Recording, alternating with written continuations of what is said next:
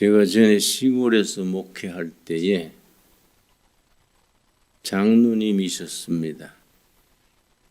아주 교회 잘 섬기고 부지런히 일하고 흠잡을 데 없는 모범 장로님이랬습니다.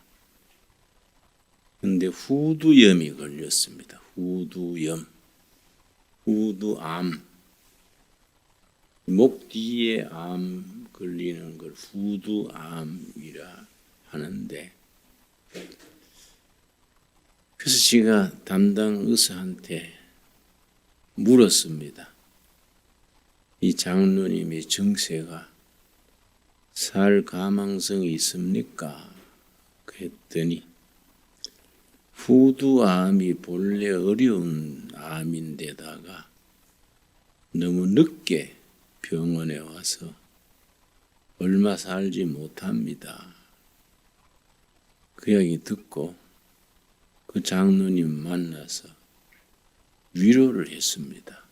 장로님, 암 증세가 깊어서 오래 못 산대요. 죽음을 준비합시다.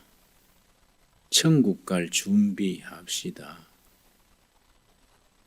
나는 참 장로님 편에서 목사 장로 사이니까 터놓고 말할 수 있지 않습니까?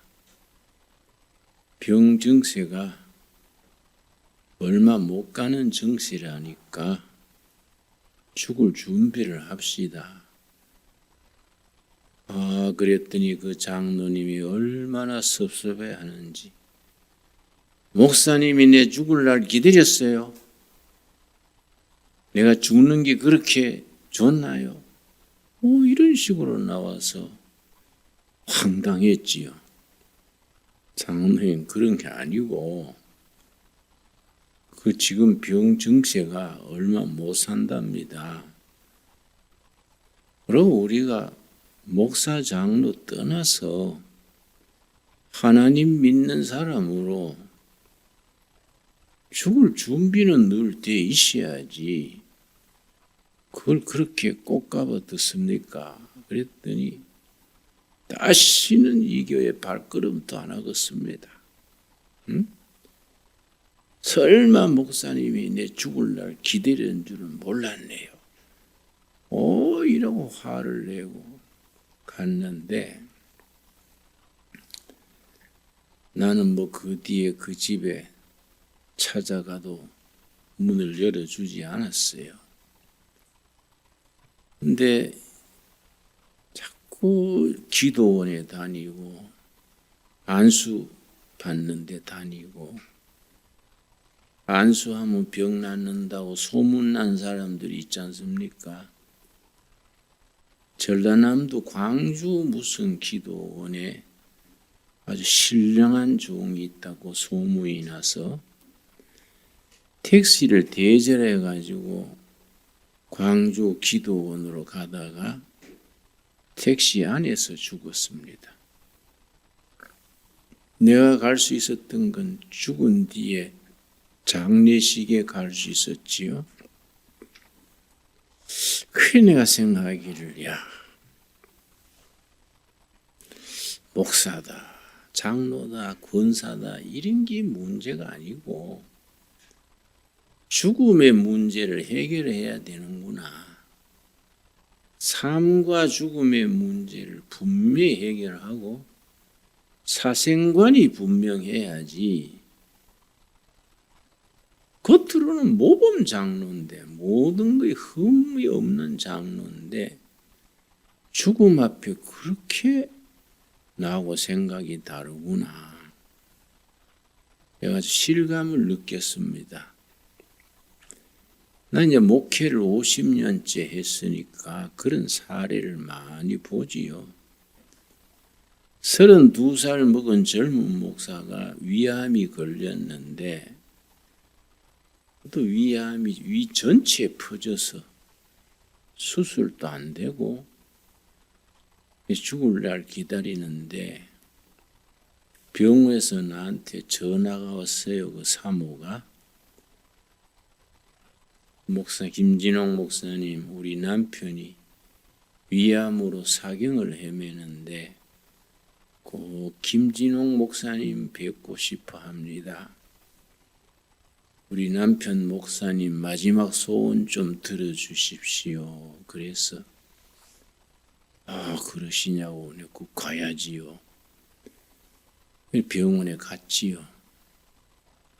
그래 병상의 머리맡에서 손잡고 기도를 하려 하는데 목사님, 저는 살아야 합니다.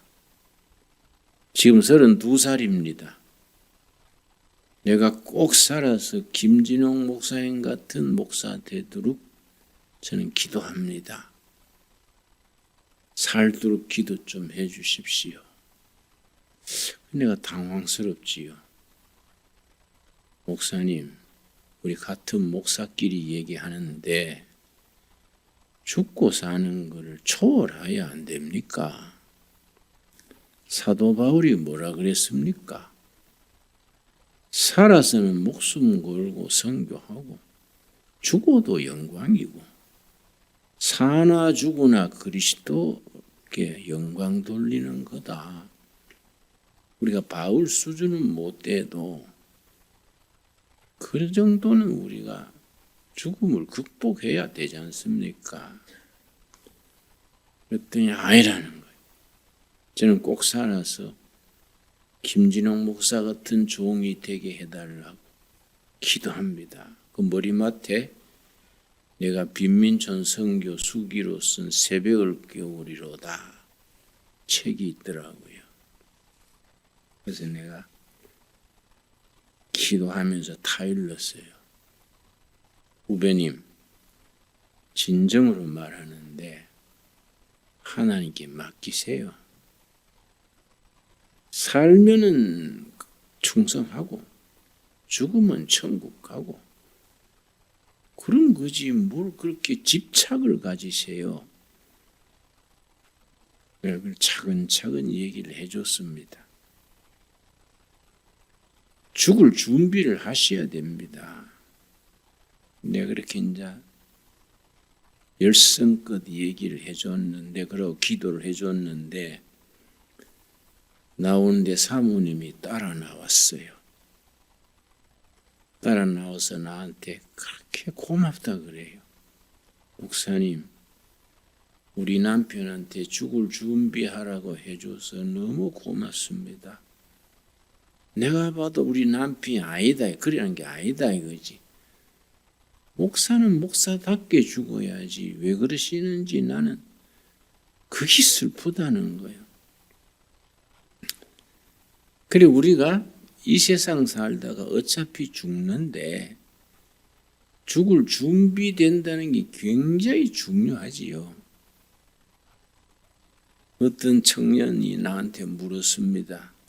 목사님, 소크라테스나 공자님 같은 분은 훌륭하게 살았는데 예수 안 믿었다고 지옥 불구덩이 가는 것은 하나님이 공평하지 못하시지요?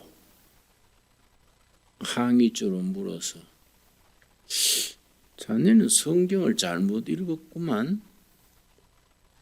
공자님이나 소크라테스 같은 사람이 불구덩이에 간다고 아닌데 자네는 왜 성경을 그래 이해하냐 그랬더니 예수 안 믿으면 다 지옥 불구덩이 간다고 돼 있잖아요. 그래서 성경을 좀 더 자세히 읽어야지. 요한계시록 20장을 내가 같이 찾아서 읽었습니다. 신기할 만큼 교인들이 성경을 잘 모릅니다. 맨날 성경 들고 다니고 계속 예배 보는데도 성경을 잘 몰라요. 그러고 죽고 사는 문제, 사생관 이런 거에 대해서 정리가 안 돼 있습니다. 내가 하나님께 감사드리는 것은 나는 죽을 준비되어 있다는 것에 대해서 굉장히 감사해요. 저는 지금 숨 끊어져도 할렐루야. 죽는다는 건 축복 아닙니까? 이 세상에 풍진 세상 살다가 숨 끊어지고 천국으로 간다는 건 이거는 판잣집 살다가 고급 호텔로 가는 거예요. 아멘 없습니까? 그걸 살려고 그렇게 아등바등 밀어대는 거 보면은 안타까워요. 저런 게 아닌데 왜 저렇게 살려고 저렇게 아등바등 할까? 천국에 대한 희망이 확실하면 그렇게 밀어둘 게 없지요. 그래서 내가 그 청년이 공자님 지옥 불구덩이 간다는 거는 이거는 하나님이 너무하지 않습니까? 그래서 내가 요한계시록 20장 11절 요한계시록 20장 11절 내가 앞으로 몇 주간 동안 요한계시록 공부를 좀 하려고 그럽니다. 왜냐? 요한계시록의 주제가 종말에 대한 문제, 그리고 죽고 사는 문제, 거기에 대해서 확실한 대답을 제공해 주는 책이거든요. 그러나 교인들은 요한계시록이 어렵고 딱딱하고 그렇다고 요한계시록을 가까이 하지를 못합니다. 그러나 우리 한국교회 믿음의 선배 중에 김익두 목사라고 있습니다. 평양 깡패를 했는데 선교사의 전도를 받고 예수님 영접하고 180도로 바뀌었어요. 평양 신학하고 목사가 된 부인데 부흥회도 많이 인도했지요. 김익두 목사는 요한계시록을 10,000번 읽었어요. 10,000독. 요한계시록을 10,000번 읽었어. 그러니까 뭐 달달 외우는 거지, 달달. 그래서 그 요한계시록을 중심으로 그 절망적인 일제 치하에서 천국 소망에 대한 설교를 참 많이 했습니다. 그런데 나중에 1941년에 미국과 일본이 전쟁이 일어났지요. 일본 식민지 당국에서 요한계시록을 교회에서 못 가르치게 했습니다. 아예 예배 시간에 일본 형사가 딱 뒤에 앉아가지고 목사님이 요한계시록 몇 장 몇 절 하면 뒤에 서서 바꿔야로, 응? 중단해. 요한계시록을 읽으면 안 되는 거예요. 왜 그러냐? 요한계시록은 주제가 예수 그리스도의 승리, 왕중왕이신 예수의 승리, 이게 요한계시록의 주제거든요. 일본 전황이 승리해야지 예수가 승리한다고 말이 안 되지 않습니까? 성경적으로는 일본 전황도 그냥 사람이죠, 사람. 언젠가 죽을 사람이고 쉽게 말하면 지옥 갈 사람이지요.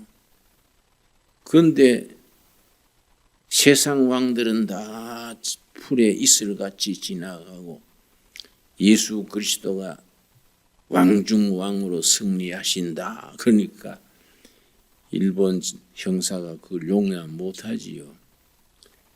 그래서 일제 말에 후반부에 가서는 출애굽기, 요한계시록은 설교에서 못하도록 경찰이 예배 참석해서 단속했습니다. 자, 20장 11절 말씀. 또 내가 크고 흰 보좌와 그 위에 앉으신 이를 보니, 심판 보좌지요. 세상 최종 종말에 이루어질 심판 보좌. 땅과 하늘이 그 앞에서 피하여 간 데 없더라. 지금 하늘과 지금 땅은 사라지고 하나님의 심판 보좌가 아주 장엄하게 열렸는데 12절. 또 내가 보니 죽은 자들이 큰 자나 작은 자나 그 보좌 앞에 섰는데, 이 땅에 살다가 죽은 높은 사람, 낮은 사람, 어린이, 어른 할 것 없이 하나님이 심판 보좌 앞에 쫙 선 거예요. 섰는데 책들이 펴 있고 또 다른 책이 펴졌으니 곧 생명책이라. 책이 두 가지요. 책들, 북스, 복수요, 복수. 심판 보좌 앞에 책들이 쫙 있는데 옆에 책 한 권 있어. 그건 더북이요, 더북. 한 권이요. 한 권 있는 책 이름이 생명책이라. 그 생명책의 주인은 누구냐? 어린 양 예수님이 책 주인이요. 그 책에는 누구의 이름이 있느냐? 예수를 믿고 죽은 사람, 구원받은 성도들의 이름이 쫙 있는 거예요. 책들은 이 세상에 살다 간 사람들은 다 한 사람이 한 권, 예를 들어서 한 사람이 한 권이라 할 수 있겠죠. 책들은 복수니까 책들이 펴 있고 또 다른 책이 펴졌으니 더북 한 권 책이 펴졌으니 그 생명책이라. 그 다음이 중요하지요. 죽은 자들이 자기 행위를 따라 책들에 기록된 대로 심판을 받으니 이걸 행위심판 그래요. 행위심판. 그러면 공자님은 행위가 좋았지 않습니까? 거기에 따르는 심판이 있지요. 김정의 같은 친구는 사람도 많이 죽이고 지 혼자 너무 먹어가지고 140kg 나고 하니까 그건 행위가 나빴으니까 나쁜 취급받겠지요. 행위를 따라 심판받는다. 성경에서는 공자님이나 석가님이나 김일성이나 스탈린이나 다 지옥 뜨거운 불에 간다. 이 아니요. 행위를 따라 거기에 정도를 따라 심판을 받으니 15절 말씀. 누구든지 생명책에 기록되지 못한 자는 불못에 던져지더라. 그러고 21장 27절 27절 무엇이든지 속된 것이나 가정한 일 또는 거짓말하는 자는 결코 그리로 들어가지 못하되 오직 어린 양의 생명책에 기록된 자들만 들어가니라. 요한계시록 21장과 22장을 천국장 그래요. 천국장. 구약의 천국장은 에스겔서 47장 48장 구약의 천국장이고 신약의 천국장은 요한계시록 21장 22장인데 21장 27절에 어린 양의 생명책에 기록된 자들 그 사람들이 천국에 들어간다. 그런데 그 책, 생명책 이거는 여기서 처음 나오는 말이 아니야. 생명책. 모세가 벌써 그 책에 대해서 얘기하는 겁니다. 출애굽기 32장 모세가 벌써 그 책에 대해서 생명책에 대해서 이야기합니다. 그래서 우리가 성경을 전체적으로 늘 볼 수 있어야 되지요. 출애굽기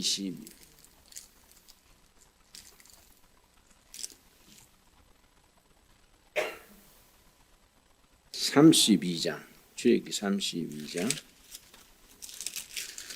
모세가 호렙산에서 십계명을 받아서 내려왔는데 그동안에 이스라엘 백성들이 고기간을 못 참아가지고 금송아지를 만들어가지고 이게 우리 신이다.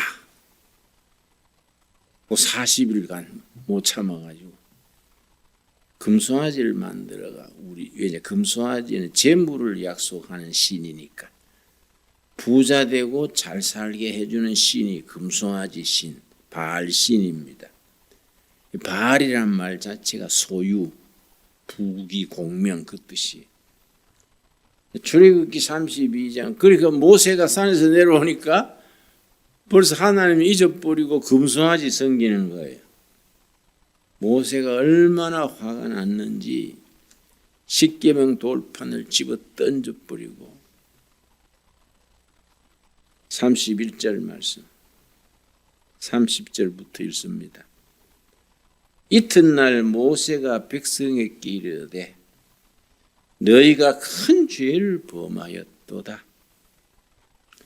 내가 이에 여호와께로 올라가노니 혹 너희를 위하여 속죄가 될까 하노라 하고 백성들이 금송아지 섬기는 걸 보고 너무 충격받고 슬퍼서 산으로 다시 올라가가지고 하나님께 호소합니다.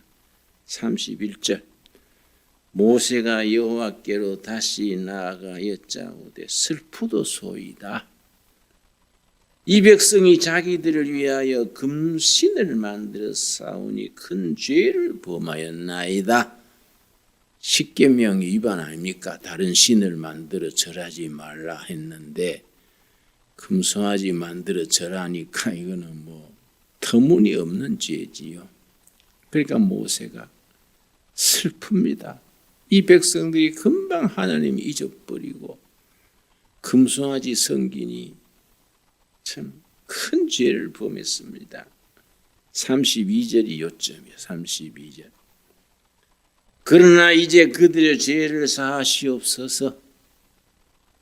못할 죄를 지었지만은 용서 못 받을 죄를 지었지만은 용서해 주십시오. 그렇지 아니하시오면 원하건대 주께서 기록한 책에서 내 이름을 지워버려 주옵소서. 이 모세의 애국심입니다. 동족에 대한 사랑. 이 백성들의 죄를 용서해 안 해주시고 망하게 하시려면 나도 같이 망하겠습니다. 내 이름을 하늘나라 생명책, 구원받은 사람의 이름을 적어놓은 책에서 제해 주십시오. 나는 백성들과 마음을 같이 망하고 구원받으면 같이 구원받지 백성들 다 망하는데 내 혼자 천국 갈 생각 없습니다. 이 하나님 사랑과 동포 사랑이 모세는 한 가슴에서 이루어지는 거예요. 이 모세의 신앙이 바람직한 신앙이죠. 동포 사랑이 극진한 데다가 하나님 사랑과 같이 나가는 거지요. 하나님, 이 백성 용서 안 해주시려면 나도 같이 망하겠습니다. 내 이름도 책에서 지워버려 주십시오. 책에 대한 말씀 이해가지요? 그 신앙은 사도 바울도 마찬가지입니다. 베드로는 이스라엘 백성을 위한 전도자고 바울은 이방 전도자인데 로마서 한번 보겠습니다. 로마서 9장에 바울은요 이방 선교사면서 자기 동족 이스라엘에 대한 그 사랑 열정은 대단한 거지요. 9장 1절 로마서 9장 1절 내가 그리스도 안에서 참말을 하고 거짓말을 아니하노라. 나에게 큰 근심이 있는 것과 마음에 그치지 않는 고통이 있는 것을 내 마음 양심이 성령 안에서 나와 더불어 증언하노니 바울이 큰 마음의 근심거리가 있다. 고통이 있다. 바울 같은 영적 거장이 무슨 근심, 무슨 고통이 있겠습니까? 딴 게 아니에요. 자기 위한 고통이 아니고 동포, 이스라엘 동포들을 위한 간절한 마음이지요. 3절 뭐라 그랬습니까? 나의 형제, 곧 골육의 친척을 위하여 내 자신이 저주를 받아 그리스도께서 끊어질지라도 원하는 바로다. 나는 저주받아가지고 지옥 가도 나는 괜찮겠다. 동족만 구원받으면 좋겠다. 내 자신이 저주받아서 예수님에게 끊어져서 멸망당할지라도 내 골육 이스라엘만 구원받으면 한이 없겠다. 대단한 마음이지요. 4절 그들은 이스라엘 사람이라. 자기 동포. 바울은 이방인 선교사인데도 자기 동족 이스라엘에 대한 그런 절실한 애국심, 애족심, 동포 사랑이 그 마음에 있었지요. 참 대단한 거지요. 10장도 마찬가지입니다. 10장 1절 로마서 10장 1절 말씀. 형제들아 내 마음에 원하는 바와 하나님께 구하는 바는 이스라엘을 위함이니 곧 그들로 구원을 받게 함이라. 우리 동포 구원받는 그걸 간절히 원하는 거죠. 2절 내가 증언하노니 그들이 하나님께 열심히 있으나 올바른 지식을 따른 것이 아니니라. 하나님이 정하신 구원 계획을 따르지 아니하고 자기들의 율법, 자기들이 정한 구원의 길을 따르는 거지요.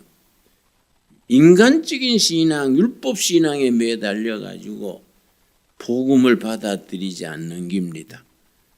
정말 구원 신앙에 따르지 못하고 자기들의 열심으로 진리를 가리는 거지요. 그래서 3절 하나님의 의를 모르고 자기 의를 세우려고 힘써 하나님의 의에 복종하지 아니하였느니라. 바리새인들 유대인들이 얼마나 열심입니까? 금요일마다 금식하고 11조헌금 꼭꼭 내고 안식일 잘 지키고 다 잘했는데 하나님이 정한 구원의 길을 따르지 아니하고 자기들의 의, 자기들이 생각하는 구원. 그래서 종교 신앙을 둘로 가릅니다. 인간이 만든 수행 종교, 자연 종교, 맨메이드 릴리전, 맨메이드 사람이 만든 구원의 길. 두 번째는 하나님이 제시하신 구원의 길, 계시 종교, 은혜 종교 그래요. 그래서 이스라엘 백성들이 자기들이 만든 구원의 길 때문에 하나님의 구원의 길을 열심히 힘써 따르지 아니하고 멸망의 길로 간다 이게. 사도 바울이 그걸 그렇게 안타까워하는 겁니다. 우리가 말씀을 바로 깨닫고 하나님이 제시한 구원의 길을 따르는 복된 성도들이 되기를 바랍니다. 그래서 성경을 잘 공부하고 잘 깨달아야 되지요. 요한계시록 1장 3절 요한계시록 1장 3절 이 예언의 말씀을 읽는 자와 듣는 자와 그 가운데 기록한 것을 지키는 자는 복이 있나니 때가 가까움이라.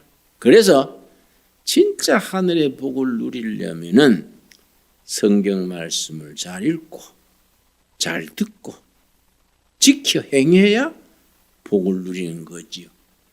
열심히 읽어도 잘못 해석하고 잘못 따라가면은 바리새인 유대인들처럼 자기 의를 따르게 되는 거지요.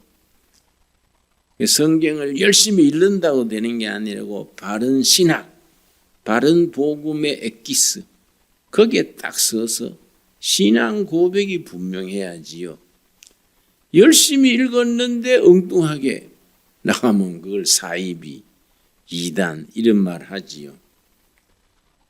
바로 읽고 바로 듣고 바로 실천해서 정말 하나님이 허락하신 구원의 길에 누리는 복된 성도들이 될 수 있게 되기 바랍니다. 그래서 요한계시록은 소아시아 지방에 있는 7교회, 에베소 교회에서부터 저 필라델피아 버가모까지 7교회에 대해서 신앙생활은 어떻게 해야 된다.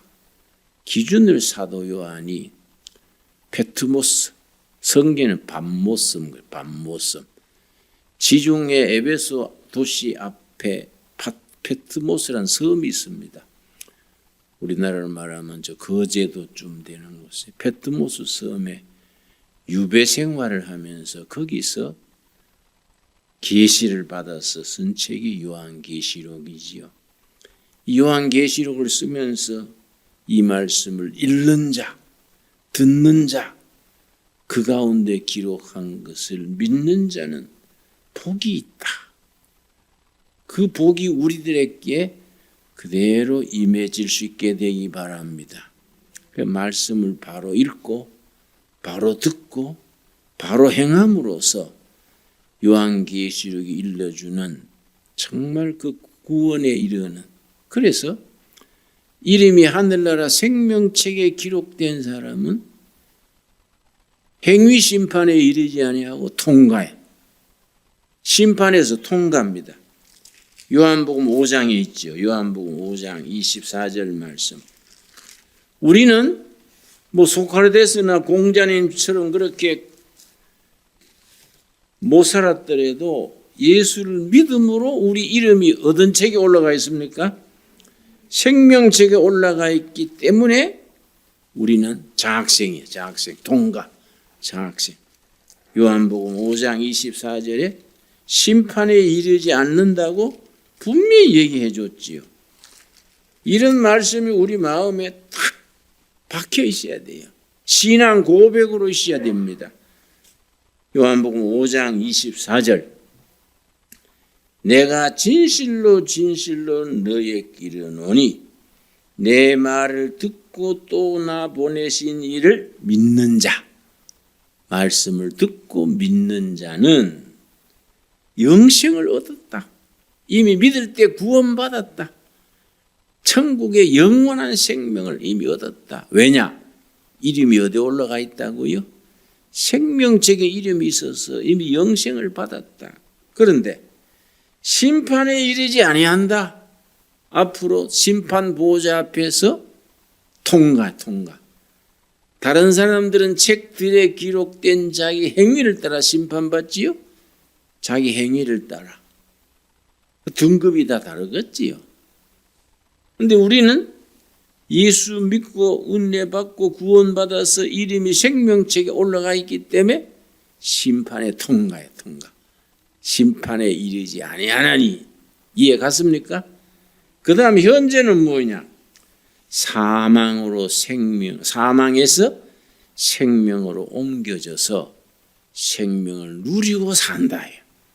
사망에서 생명으로 옮겨져서 지금 생명을 누리고 산다. 지금 현재는 생명을 누리고 살다가 심판대 앞에서 심판에 이르지 않고 통과해서 영생으로 바로 들어간다. 이해가 갔습니까? 그런 신앙 고백이 분명해야 돼요. 그런 확신을 가져야 됩니다. 그래서 살았을 때는 열심히 성도답게 살고 죽으면 할렐루야 하고 천국으로 가는 겁니다. 아무 부담 없이 뭐 좀 더 살아보려고 야들아 뭐 새로운 약 나온 약 없나 뭐. 이어령 교수라고 아시지요? 이어령 교수. 내가 대구에서 철학과 조교할 때 우리 대구 대학생 연합 집회를 했는데 내가 그때 그 책임지고 했는데 강사를 이어령 교수를 초빙했어요. 30대 초반 아주 명교수를 했습니다. 이어령 교수를 강사로 초빙해서 영남대학인가 강당에서 우리가 강연을 했는데 이어령 교수가 나는 기독교를 믿지 않습니다. 사람이 영원히 산다는 건 말이 안 됩니다. 죽으면 끝나는 거지 뭐 그런 쓸데없는 걸 믿고 어리석은 믿음에 나는 기독교 신앙을 어리석게 봅니다. 그러더라고요. 난 또 교인이니까 글쎄 그런 말 안 해도 될 긴데 혹시 그러다가 천국 있으면 어쩌려고 저러냐 우리끼리 쭝얼거렸는데, 근데 이 사람이요 예수 믿게 됐잖아요. 하용조 목사한테 세례 받았어요. 근데 지금은 이제 암이 걸려가지고 병석에서 막 곧 얼마 못 갈 거야. 내가 무슨 말하고 싶냐 하면은, 암이 걸려가지고 이제 며칠 안 남았으니까 인공호흡 그런 거 되려고 할 거 아닙니까? 절대 그런 거 하지 마라. 내가 예수 믿고 구원받아서 내 인생이 천국을 기다리고 있는데 그냥 죽도록 둬라. 내 생명을 연장하려고 주사도 놓지 말고 인공호흡도 시키지 말고, 나는 너무 감사하니까 나는 그냥 천국으로 갈란다. 지금 이어령 교수가 유명합니다. 지금 병원에 그래서 그걸 다 거절하고 그냥 암이니까 바싹 말라도 기분은 좋은 거예요. 천국 간다 생각하고 자기는. 그래서 요새 그게 아주 화제거리입니다. 근데 나는 그 사람 알거든요. 30대 초에는 기독교는 이거는 미신이라고 그래서 왔는데, 참 그게 역사지요, 그지요? 그 사람 참 그래. 지금 그 사람 보면 은혜 받아요. 참 감사하지요. 우리가 성경 말씀이 내 마음속에 확신으로 그 가치관과 사생관을 가지고 인생을 화끈하게 행복하게 멋있게 살아갈 수 있게 되기 바랍니다. 기도하겠습니다. 하나님 감사합니다. 때를 따라 도우시는 아버지 은혜로 우리가 믿음으로 살고 우리 이름이 하늘나라 생명책, 어린 양 예수님의 생명책에 기록된 것 감사합니다. 우리가 그 신앙을 붙들고 천국까지 열심히 살게 하여 주시옵소서.